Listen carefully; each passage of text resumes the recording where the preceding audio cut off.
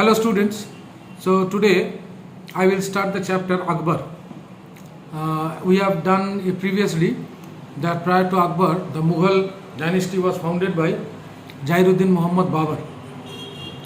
But unfortunately Babur could rule only for 4 years because after defeating Ibrahim Lodi in the first battle of Panipat, Babur ascended the throne and in 1530 he died. After that, he was succeeded by his son Humayun.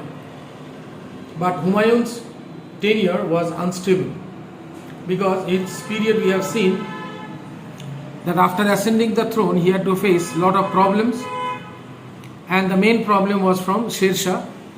Anyway, Sher Shah's death and Humayun fled into the forest, and he wandered in the forest for 15 years, and ultimately Humayun, one day while he was getting down from his library stairs, Purana Kila, he tripped off in his robe.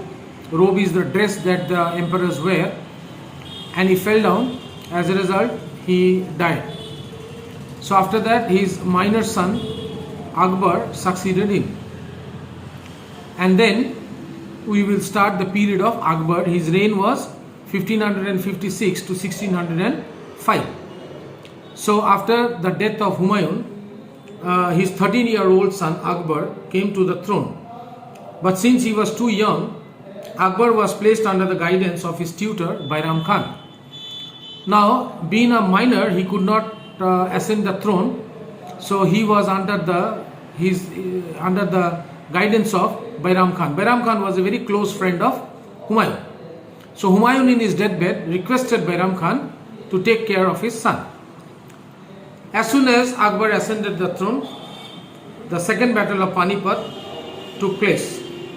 Had to face the Afghan emperor Akbar had to face the Afghan emperor Adil Shah, and the battle was actually fought by his general Hemu. Hemu had captured Delhi from the Mughals.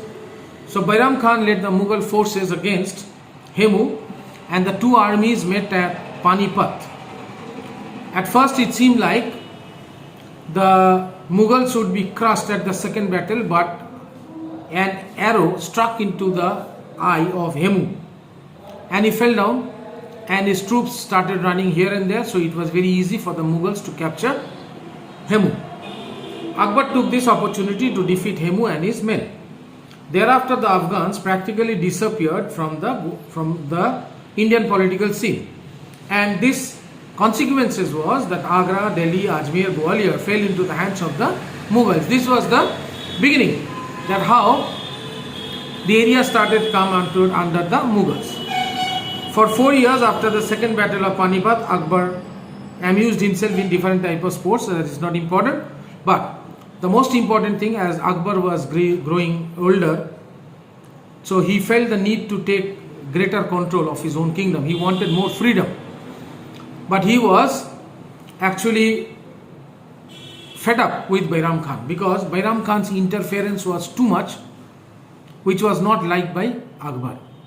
So Akbar dismissed Bairam Khan from his services and assumed all authority himself. Bairam Khan was murdered while on a pilgrimage.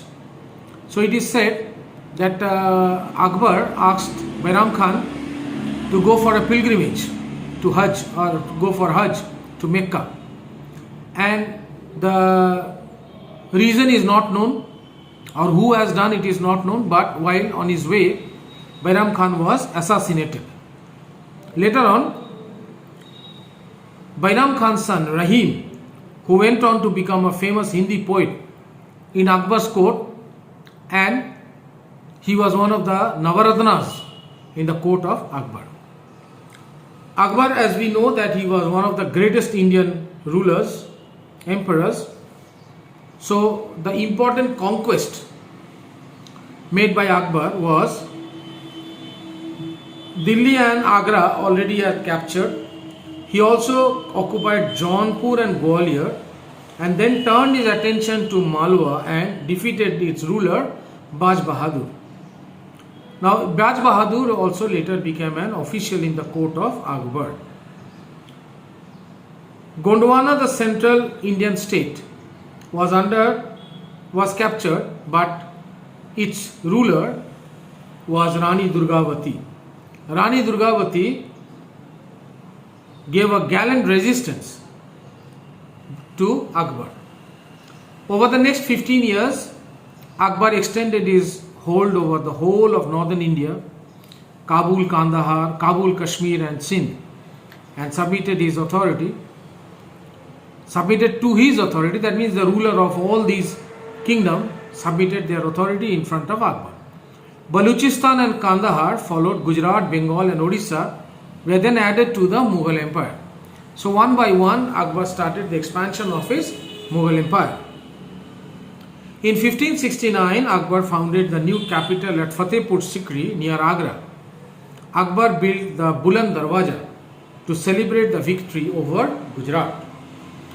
Now, gradually then Akbar turned his attention towards the Vindhyas, south of the Vindhyas, and took Khandesh and Ahmednagar. The Bahmani kingdom now consisted of three states of Ahmednagar, Bijapur and Golconda. Chand Bibi tried bravely to defend Ahmednagar, but in 1597 he surrendered to Akbar. And by the end of 16th century, the Mughal Empire extended over the...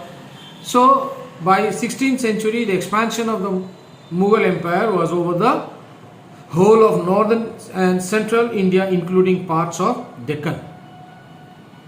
The most important part of Akbar's reign, why he was so successful, was the Rajput policy of Akbar.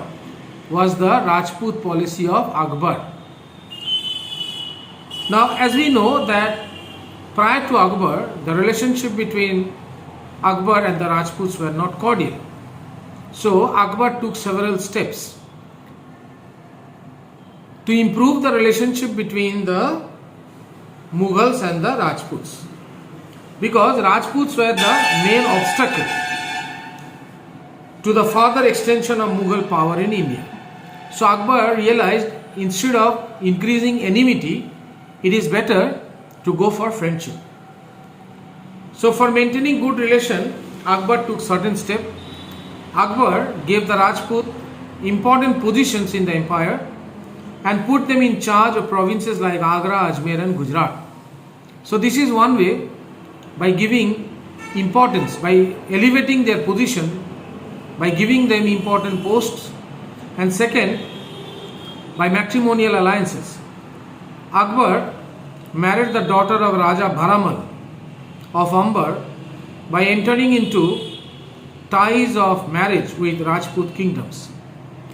Akbar cemented his relations with the Rajputs further. So this was by matrimonial alliance. Now, within the Rajputs, all more or less submitted their authority in front of Akbar. Exception was Rana Uday Singh or Rana of Udaipur. He was a notable exception, and the struggle against his kingdom formed an important chapter in the Mughal history. Akbar fought hard against the gallant Rajput king and defeated him at Chittor in 1567. In this battle, a stray shot hit the commander of Mewar's army, Rao Jaimal. His death threw the Rajput forces into disarray. In the chaos that followed, thousands of soldiers died. So here also we see another repetition of the case like Sher Shah. A shot hit the commander of the Mewar's army, but Rao Jaimal. So his death threw the Rajputs into dilemma and the soldiers started running here and there. Uday Singh escaped from Chittor and fled to the Girwa valley, and there near a lake founded the city of Udaipur. He refused to accept the overlordship of the Mughals. Among all the Rajputs, all accepted the overlordship of Akbar or the Mughals, but exception was Uday Singh. Akbar also defeated Rana Pratap Singh. This is very important. The son of Uday Singh at the Battle of Haldi Ghati in 1576. But Rana Pratap refused to surrender and retreated into the mountain fortresses. He later recaptured all the lost territories except Chittor. Akbar was thus never able to conquer Mewar fully. However, he decisively subdued Rajput power. They were never able to regain their power or all their lost territories. So today we will do up to this. Next day we will start with the land revenue system of Akbar. Till then, please go through the video and read the chapter. Now this week though this your online class was not possible.